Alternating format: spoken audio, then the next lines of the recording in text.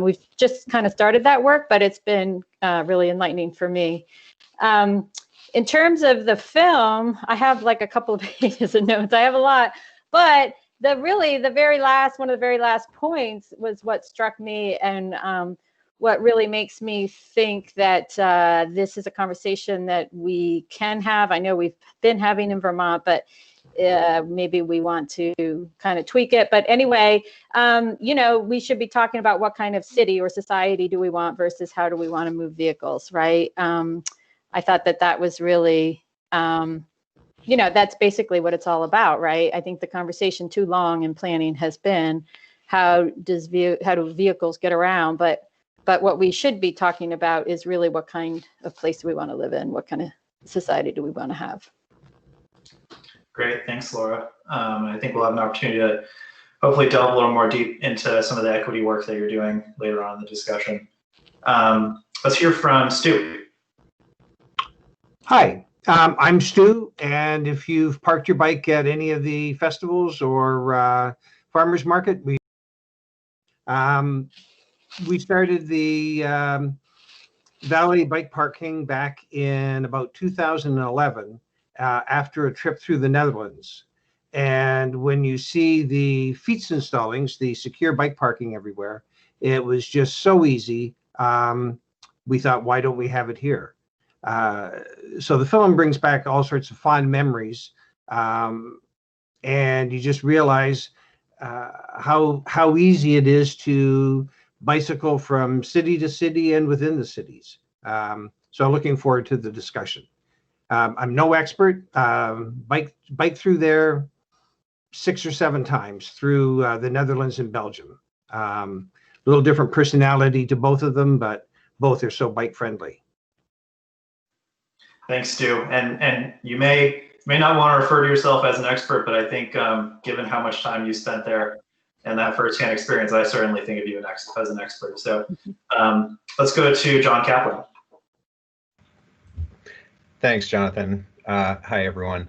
So I work for VTrans, and I oversee the bicycle and pedestrian program.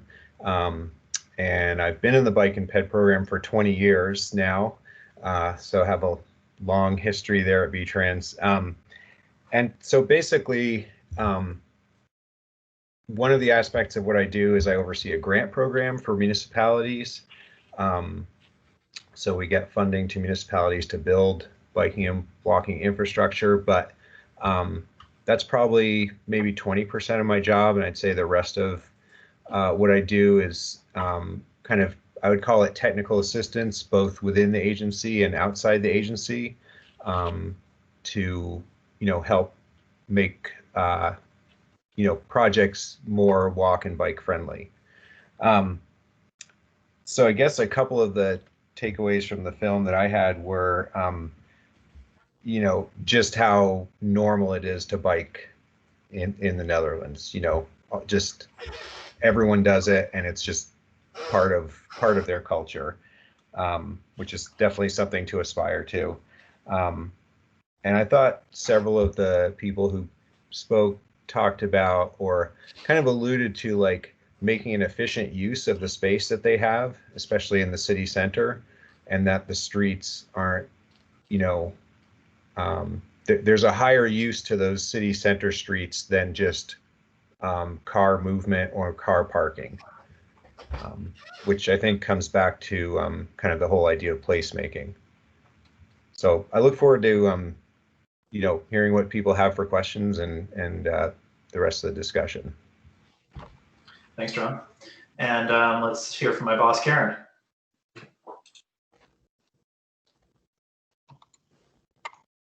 Okay. Hi, everybody. I was on a call earlier and I couldn't unmute, so it was a big test of whether that was going to work or not. So thanks all for coming. I'm looking at the names on the list while you all were talking, and it's good to see so many people here that we all work with, and a lot of names I don't know, which is great. So my name's Karen Yakos, as Jonathan said. I am the executive director at Local Motion. If you don't know us, and I think a lot of you do, we're a statewide bike walk advocacy organization. We do everything from safety training, which sometimes we do in partnership with Old Spokes Home and others, UVM, some of the colleges, and in schools. And we work with communities on infrastructure, but also with advocates and government. So work with bike walk groups and RPCs and VTrans. And John Kaplan is a great partner of ours. I, like many of you, live and breathe this stuff, so not a whole lot of surprises in this film. And I also get to hang out with Stu. So you cannot meet Stu without hearing a lot about what other countries are able to do, in the Netherlands in particular. But it is a reminder when I watch something like this, and this was a particularly good film, I thought, for how they conveyed the lessons learned and the value here. But people can live like this, you know, it's off the charts quality of life, and you could just see that frame by frame by frame. Mm-hmm. So the message to me is this can work. Luis, who was on the last session that we did last week, reminded, or maybe earlier this week, oh my gosh. But anyway, reminded us that it's only been since the 1970s that the Netherlands have been able to do this. It's not like they've been like this forever. It was a concerted effort by advocates and government, and it's possible. And I think that makes me feel good. It's like we are working hard on this. We can do this. The couple takeaways though quickly are that transit matters. You could see that over and over again. And in the U.S., transit's got some issues right now, and it's always been an underfunded piece of the whole infrastructure. But it is an important thing. It matters, especially to people who don't have cars. And the other thing is that land use matters also. So you can't just do some of the work that we do without thinking about how the cities are set up. You could see in the film how people could get to where they wanted to work because they're working in cities and they're living in towns and they're connected. And I didn't see a whole lot of like office parks. So that was my sort of take home. Thanks, Karen. And a reminder, folks, if you have questions, if you have comments, we encourage you to put them in the chat and join the conversation there. So I want to direct a question. This is going to go first to John Kaplan. How do we get, those of us who really believe in this stuff, I think you're certainly one of them. How do we get more recognition of sort of the less obvious benefits of walking and biking and the infrastructure needed to make it happen from the state and from the folks who are involved in the planning process, and maybe from the public too?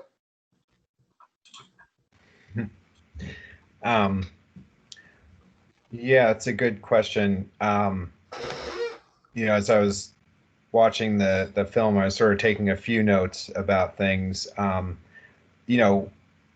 I think one way is just to do things like you guys are doing by showing this film and having this discussion. So showing places where this is possible.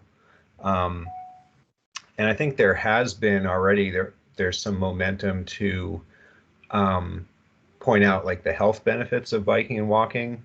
I know that in the last couple of years, and I'm trying to remember, I think it was, I can't remember if it was the health department or who sort of led the effort, but there was kind of a health in all policies analysis, to look at across state government, how are we considering health in different things that we're doing. And, I know that with, for example, we have VTrans has a partnership with Agency of Commerce and Community Development on a grant program called Better Connections. So that sort of, if you're not familiar with that program, the whole goal is to look at kind of the connection between like economic development / placemaking and making streets more walkable and bikeable. So, I think that kind of collaboration between agencies with kind of different, getting out of our silos is sort of the way you could phrase that. So I think those are a couple of things that could help kind of broaden the conversation. And I'll just say, since I started doing this, there's been a huge change in how biking and walking is considered. We've got sort of other partner advocates like AARP, for example, has become like a really strong partner in you know, pointing out the impacts of having a, you know, more active transportation be part of how people get around and how it's important to their members. So there's kind of a much broader constituency now. It's not like the bike advocates that are calling for this. Thanks, John. Yeah, and I think you're right. We have certainly come a long way in the past decade or so.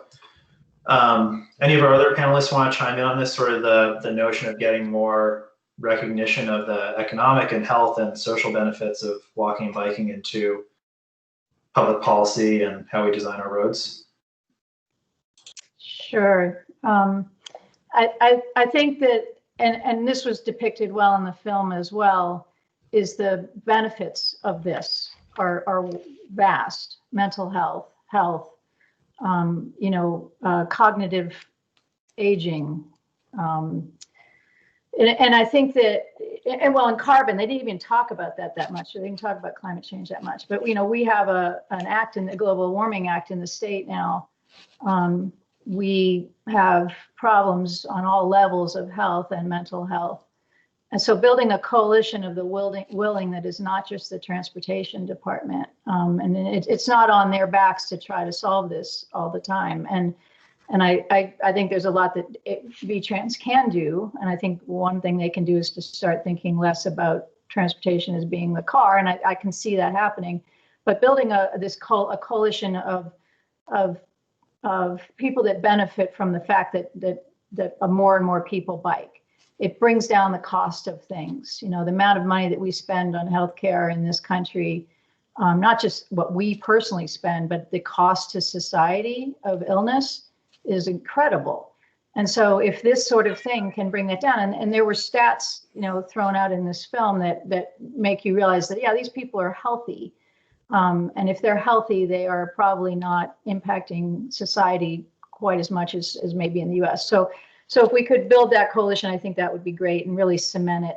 The other thing that I think would be really helpful, and I know many on the call here are working on these sorts of things, including us, is to really have some successes here, not a piecemeal success, a complete one, so that you can really point to not just the Netherlands or just Boulder or just the two Portlands, but you can point to something here where end to end it's complete. You can safely ride your bike, you can park your bike, you can get on the bus, you can, the whole thing. And I think that it'll be, sort of a lightning rod for other areas of the state saying, yeah, we want that too. And we have bits and pieces of that. I just think we need to push a little harder on a complete. Yeah, thanks, Karen. I think the idea of having those example pieces of infrastructure that work really well is a nice idea.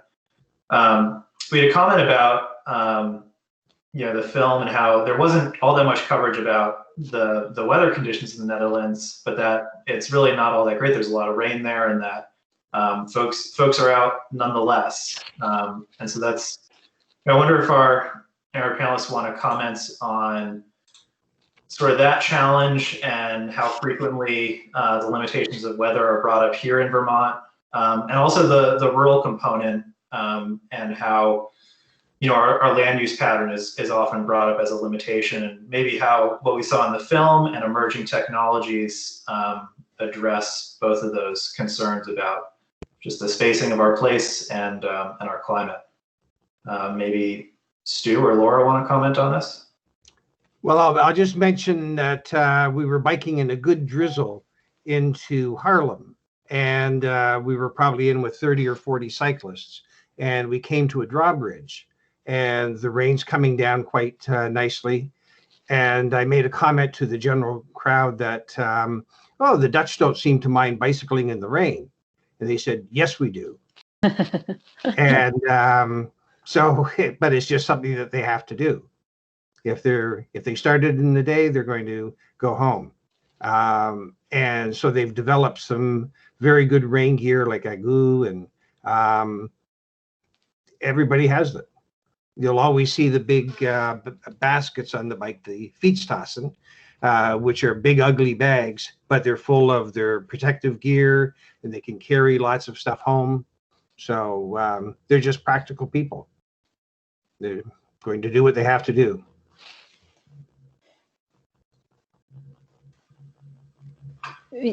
Yeah, I think, I mean, Jonathan, we've also, we've talked about this, but part of the weather issue is infrastructure, right, and maintenance. I mean, it's one thing, like, right, discomfort is one thing, but if the bike path isn't plowed, or if this, if you're riding next to cars and slush and ice, it's a whole nother, barrier, I think. Somebody did make a point on the notes that, they did talk about how, bikers don't always use the infrastructure even when it's there. And I do think that's also a point that we should continue to push for infrastructure, but that there's also a lot of people biking without the infrastructure.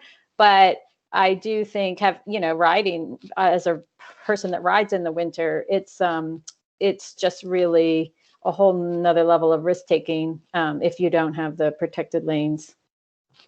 So it's not just the discomfort, but it's also just the conditions.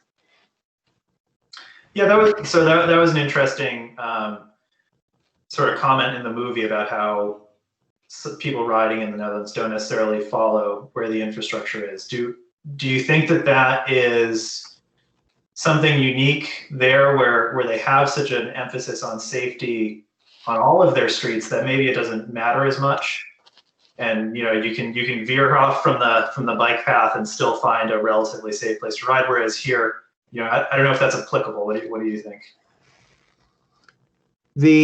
I think so much of the time you're going to be on the fietspad, the bicycle lane. And but even when you do get onto a regular street, there's just such a respect. One of the pictures that you saw in the video was a Fietsstraat, which is a bicycle street. And those are becoming more common.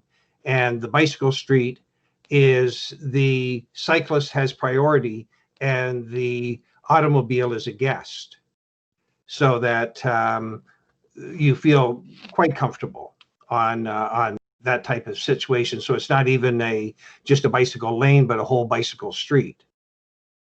And those are not necessarily in the very busy areas, but they certainly get you from A to B quite easily.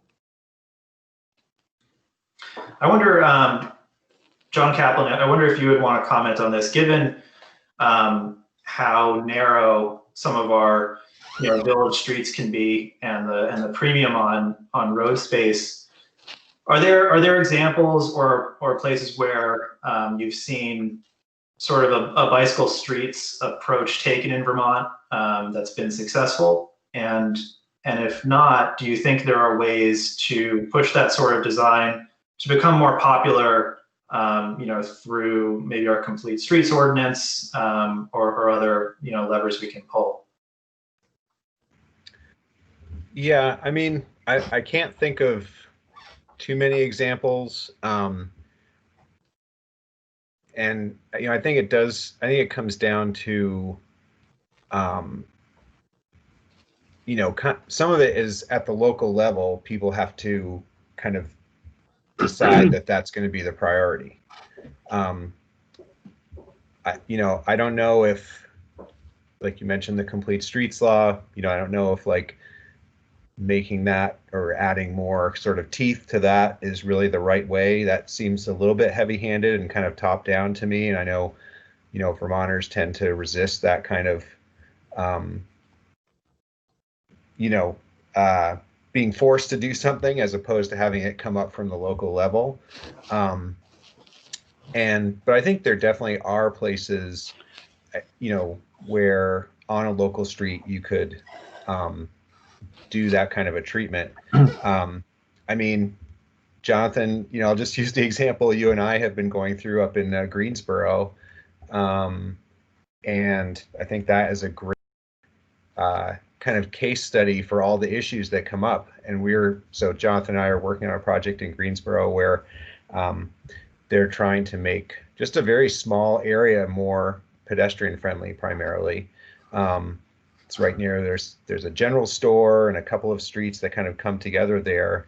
But we get into all the issues of like parking, and the general store has its gas pump on the corner and can't restrict access to that. And, you know, and those are the kinds of conversations that communities have to have. And they have to, you know, I think look at, you know, here's this street public space that we have.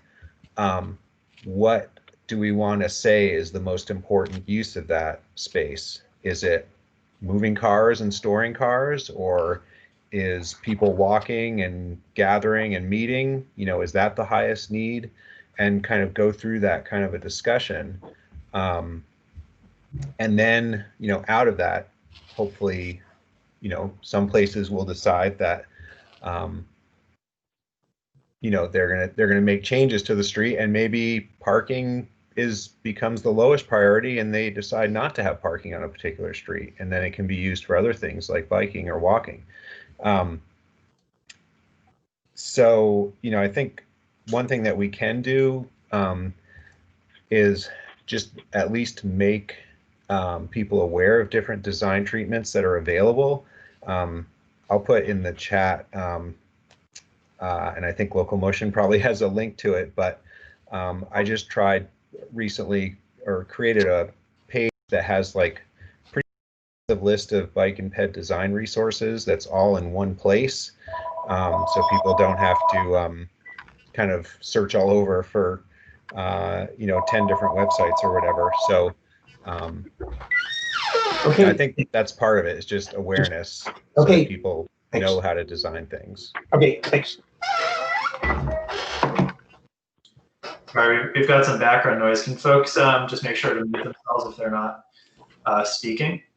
Yeah, thanks. Thank you for that, John. And do any of our other panelists want to comment on this question of, you know, is it something that the state should consider taking a more heavy-handed approach in pushing our places to become more walk bike friendly, or is this something that we want to see sort of percolate up from the local level?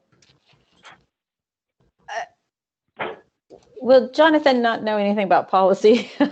What struck me from the film is that, you know, the small towns, the you know, the personal interactions. I mean, that's a priority in Vermont from the state level, right? I mean, doesn't the state do things to protect our small town centers? And in fact, they do. And so creating ways to get around safely in those centers by bicycling or walking should be part of this. You know, it seems like it's part of that whole vision, right?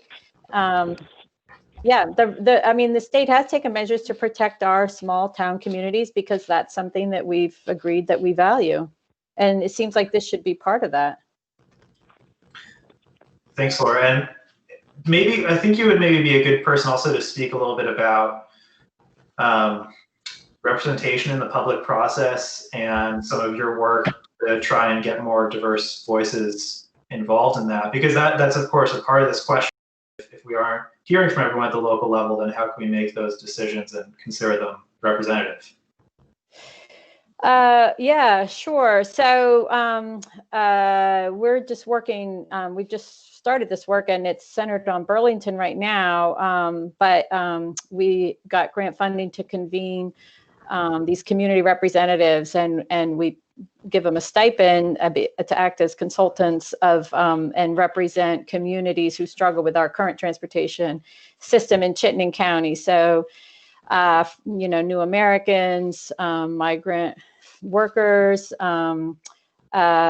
physically disabled, you know, different ages, different gender identities. And so just really talking to them about barriers that they are facing, that some of them are economic, but not all of them. And then, you know, what are some priorities of these reps and the communities that they represent? You know, as individuals who rely on bicycling and on transit to get around, and just understanding, the lack of the real barriers to opportunities that are, presented to folks who struggle to get around. But anyway, so making an explicit effort to hear from these groups, and also we've been kind of introducing them to transportation policy. So one example is a woman in Colchester who had no idea why GMT, have bus stops in Colchester. Well, that's a policy decision that was made, and that could be influenced by voters if they were aware and and were at the table or represented at the table.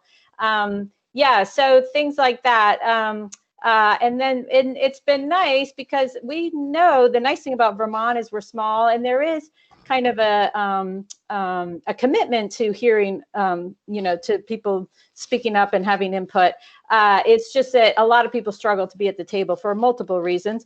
One being transportation. So in fact, one woman said, I love Zoom meetings because now I can weigh in. And as before, I physically could not get to meetings. So so it's been nice. So they've talked to city council people, GMT, and CCRPC. So just making a concerted effort to have a multitude of voices weigh in on some of these transportation decisions. That's great. Thank you. Hannah, I'm going to throw it to you. Are there any questions in the chat that you want to bring up? So there's actually a lot of really interesting discussion happening in the chat. So this might be backtracking just a little bit, but this was brought up a few times, so I think it should be relayed on. It's just the idea of ability versus desire to do something.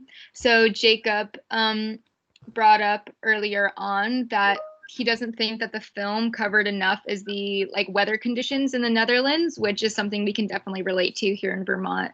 But people there are they still do it. They still bike. And then Tom, right after that, brought up again the interesting point that cyclists in the Netherlands chose the other routes other than their beautifully designed bike paths. And he brought up the point that large infrastructure investments might have a different role than we think they are in adding cycling to our societies. And so I guess to group some of the comments together is what do we need to do to merge those two ideas, and having the ability to bike somewhere but not having the desire to do that, and how is it related? Yeah, any of our panelists want to comment on that, sort of the idea of the infrastructure challenges we face versus, I think, the desire in the public to have better infrastructure. How do we bridge the gap? How do we make the tangible change happen? And maybe what are the lessons in the film that we can bring to our communities here? I think when Copenhagen first started to introduce a lot more biking, that they set up bicycle boulevards and thought that all the cyclists would want to be on quiet little streets. And it turned out that wasn't the case at all. They wanted to get from A to B as quickly as possible. And so they went out and into the traffic, and they said, if that's where you want to be, then we'll make that safer. So it wasn't just the meandering on the side streets where you may have a everything possible.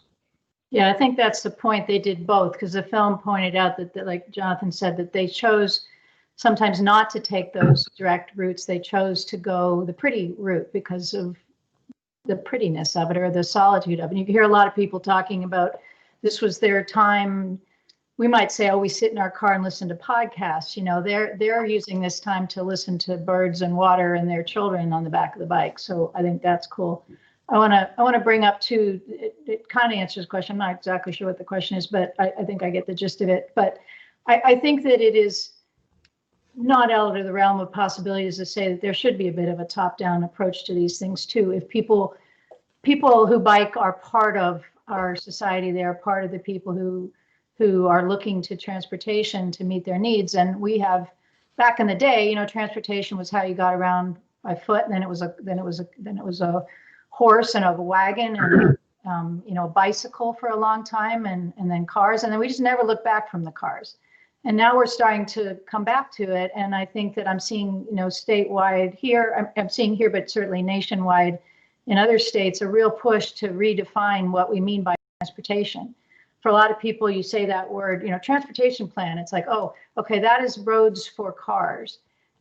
You are 16 and you get your license, and the thing you want most is a car. That's not true in the Netherlands.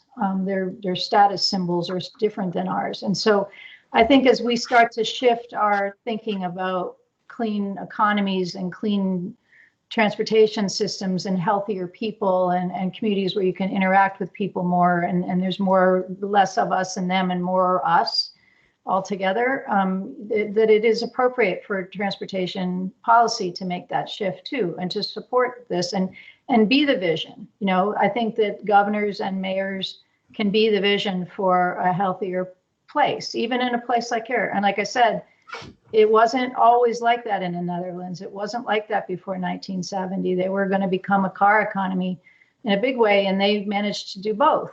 And so can we now shift back and add in the things that would make biking possible? I think we would see so many people on the road winter and summer, not as much in the winter, and that is a thing, and I think that's just a thing. But you would see more people adding that to their lifestyle if there were safe places to do it. I also want to add that to make that pivot, the data is going to be important. We need to be able to measure the use of bike lanes and people biking in general, so that data can enter into transportation departments' decision making, into their model. Some of this data doesn't exist. Some of it can't even, if it does exist, it doesn't go into the models that figure out what the design of our roads should be. Not all the time, but often. So, there's a role here for government. There's a role here for the people who want it, and those two come together. And that is the model in the Netherlands, if we want to borrow from that. One thing I would add to all that, I think that there is some, I kind of understand the point they were trying to make, I believe, in the film when they said that, people weren't necessarily using the infrastructure that had been provided. But I think one of the things I picked up in that section was that they wanted to be where other people were, and they wanted to be where destinations, I think that's one of the things that people are recognizing a little bit more broadly now, is like people walking and biking, they want to go to the same destinations that everyone else does who's maybe using a car or transit to get, so and I think that I think there is some level of infrastructure that needs to be in place to support more walking and biking. And I don't know if people are familiar with I think it was originally done out in Portland. They did a survey of people and asked about, sort of their willingness to bike to get around. And there's like a pretty small percentage that say, I'm a cyclist, I don't really care what facilities are, I'm going to ride. And then there's a pretty good segment of the population, I think it's like 20 or 25%, that say, I don't care what you do, I'm never going to ride a bike. And then there's the largest component, I think it's like 50 or 60%, ends up being the interested but concerned. So those are the people I think that we're kind of after, right? We want to do what they need to kind of get over that. Usually it's like a safety concern. So anyway, so I think infrastructure is the answer. I don't think it's the whole answer. I think I saw in the chat someone said something about driver's ed. And I think that is another piece of it, is kind of education in general. And like one of the things, just a couple of points that I wrote down, I think we need to do more, like get more kind of both personal stories and community stories out there, like success stories or people who bike. And, you know, just to kind of normalize it. And then at the stories, example, Jericho did this. They're a small town like we are. You know, how did they make things better? I'll just mention real quickly, we are participating, Vermont's participating in a study that's being done by the Montana State University on communities less than 10,000 that are doing good things for walking and biking. So they're going to identify 3 communities in Vermont and in the other states that are participating, and do, like, you know, case studies about what they're doing that are making them successful. Thanks, John. Stu, it looks like you got your hand up. At the risk of sounding ageist or sexist, I think the Dutch, when they started to design their bicycle infrastructure, looked at making it safe for a 55-year-old woman was their target audience. And they looked at that if a 55-year-old woman was felt safe on the pass, everybody would feel safe. So that's basically where they started at. And one of the things in context, they mentioned that the average Dutch cyclist goes about 1,000 kilometers a year, which is 600 miles. So it's not like they're biking 20 miles to work every day. Most of the journeys are only 3 to 5 miles. So then when they put in an infrastructure, they're not looking for showers at the bike parking. They're not looking at showers in coffee shops. They're just looking to be able to park their bike and go on. But the average, they ride all the time. They just don't ride that far. Mm-hmm. Karen, go ahead. Yeah, sorry, see, I can lower my hand. It's fun watching there's a lot of questions. I hope we're capturing all this and we can address some of these later. I'm going to address a few of them in the context of the conversation we're having right now. But first of all, I want to remind people that we may not do it the same way that the Netherlands did it. We're a different society. We have different priorities. We have a different history. We have a land use that's much different. We have wider open spaces. But I don't think that precludes us from being able to do this kind of thing in the way that we need to. And I would say that it's kind of happening. There's an experiment going on right now, I think, in the state that'll be worth watching, which is what's happening with off-road paths. So the Lamoille Valley Bike Path, the Missisquoi, and also and others, and also what South Burlington and others have been doing with off-road paths and Williston.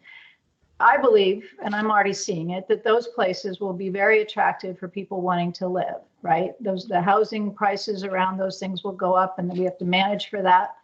I think the Northeast Kingdom, which is going to benefit from the Lamoille Valley Rail Trail, is going to see a big change in people wanting to live in a very beautiful part of the state, because they can work from home, because we're in a new reality now, and they're going to choose, I believe, to look for that quality of life that we saw in this film. And so I love to see that the state has been supporting these. There's a chunk of money that is going into the Lamoille Valley Rail Trail to complete it. We need to do the same thing in cities, obviously, but the money has typically kind of gone there. So this is a look at the rural solution, and you know, an e-bike is going to change the ability for those things to actually provide not just recreation, they're being used for transportation. And people do bike in from Colchester on the bike path to their jobs in Burlington. They'll do that from St. Johnsbury. Someone's going to have to mute. The other thing, and this addresses one of the questions that I saw float by here on e-bikes. Stu, can you mute your microphone, please? I mean, I've been without them for 3 days. I think Okay. E-bikes and working it into some of the climate discussions that are going on. Yes, e-bikes are a big part of our future. And Laura and her team are working on how do we get these in the hands of people that can't afford them right now. Eventually, the prices will come down, and that'll start to fix itself a little bit more. They can replace a car. There is a lot of us are working on incentive and trying to get this into the incentive programs that are coming out of some of these climate bills, the Transportation Climate Initiative, the Climate Council that meets, so that there are incentives that aren't just going to you taking your fossil fuel car and buying a car, an e-car, an electric car, but you're actually able to buy an electric bike with those incentives, because not everybody's going to want a car. So those are all, I mean, they don't seem like much, but those are significant changes in the way we think about transportation. On the question that someone brought up about or mentioned of driver's ed, and I alluded to it by like every teenage kid thinks they've arrived when they get a car. Everybody that comes to this country from another country and is assimilated into our society, they see the car as like the apex of success. That's got to change. And we presented a bill last year, which for COVID reasons is not going anywhere right now, but we'll bring it back up at the other end of all this, to change driver's ed from driver's ed to transportation ed. It should be about how do you get on a transit? How do you get on a bus? How do you get your bike on a bus? You know, eventually, how do you get on the Amtrak train with your bike? How do you ride a bike? How do you walk? How do you use the crosswalks? You know, all of that stuff. Let's just not assume that everybody has and wants to drive a car. And I think more and more going forward, less and less people will want it. I have 2 young daughters in their 20s. They're not looking for that lifestyle, the one that I had, driving all over the place. Yeah, certainly one of the more hopeful trends is young people not getting their driver's licenses as frequently as people used to. So we're kind of winding it down here. I'm going to try and sort of combine 2 questions here. One participant asked about exciting current or potential projects for bike ped infrastructure. So, you know, what does the future look like? What are the things that you see coming down the pike here in Vermont that are exciting? And then sort of the other side of that, from Nick Anderson, how do we sort of balance the need to progress relatively quickly, make things better relatively fast and cheaply, while also, you know, wanting to be able to get to that stage where we have something that's perfect, that really works well for people walking and biking. So what are the bright spots that you're seeing? What's something that excites you for the future? And how do we still get things done quickly in the meantime? Well, Jonathan, one thing that I've seen in other places, I don't see it much here, but that addresses some of our challenges are park and pedals, right? So in the Netherlands, you've got the trains between the towns, so you can take a train and then you get on a bike and drive downtown. We don't have a nice train system anymore. We used to, what I do, for example, is I come from the islands and I got off the interstate in Winooski and I park in Winooski and I ride my bike into Burlington and all over Burlington. Like Boston, they have, you know, garages outside of the city where you can park your car and then pedal a bike in. And that could be facilitated by a decent bike share, which we don't have yet, but we have a bike share that hopefully will grow. Yeah, so that's one trend that I think can get us further along more quickly than car with bike or bus with bike or yeah.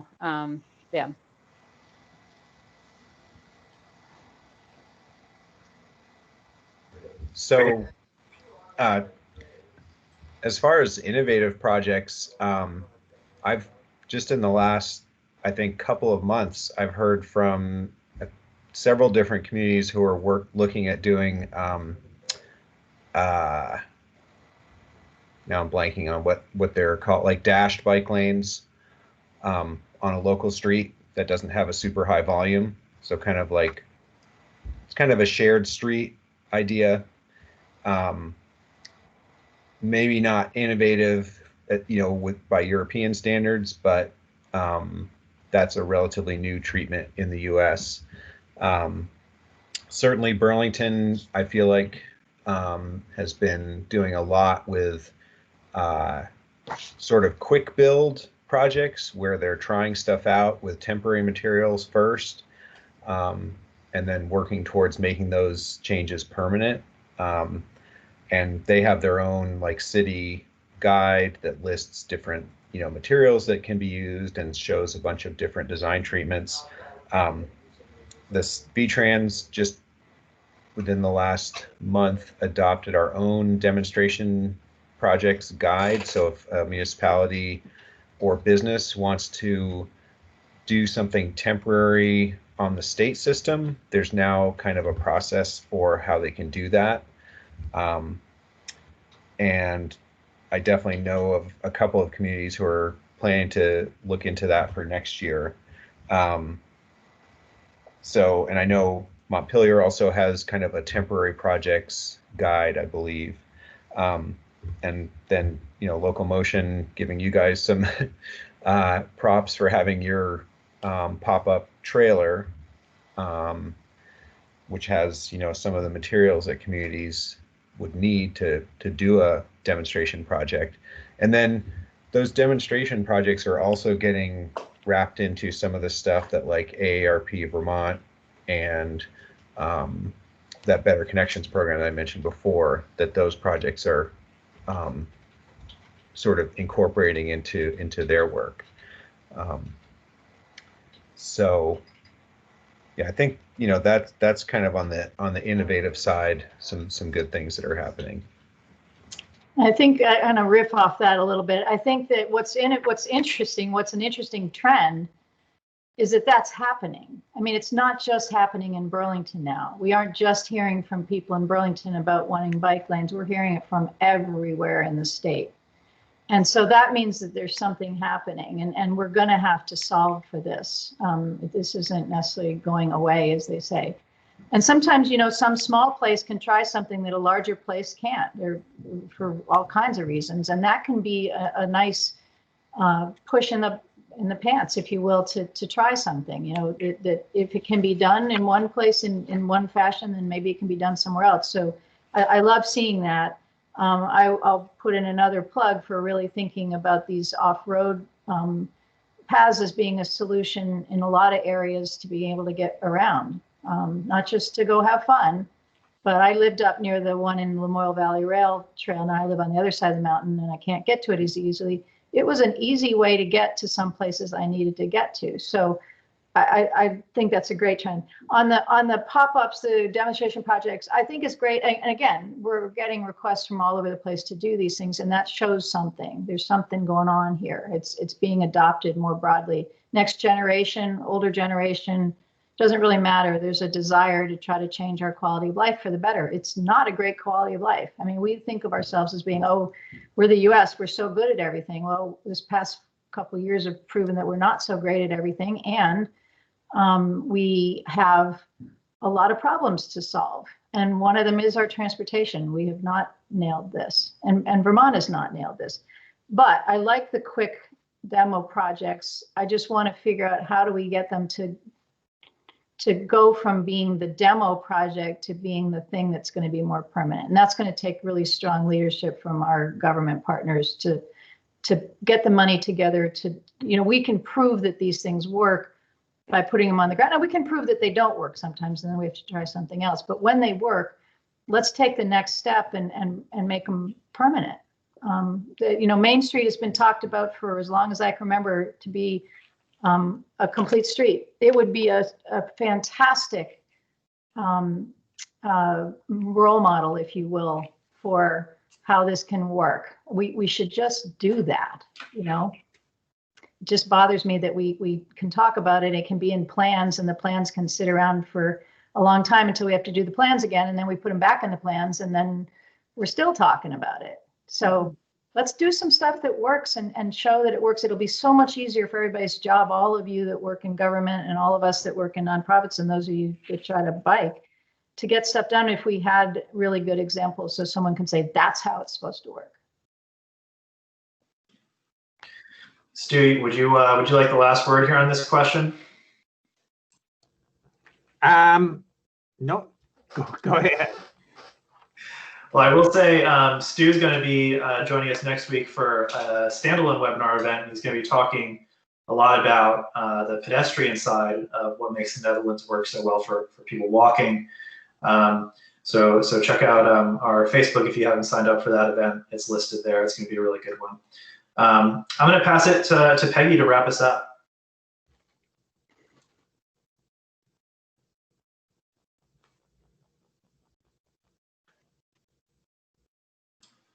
Or not. Yeah, or maybe not. All right. Well, thank you so much, everyone, for joining us. Thanks to our panelists. This was a super interesting discussion. I hope you all really enjoyed the film. We are going to be sending out a list with some resources. We're also going to try and record these questions in the chat. We had some trouble doing that last time, but hopefully we can get that and provide that as well. So thank you all. Have a great afternoon. Bye-bye. Thank you. All right. Thanks, everyone.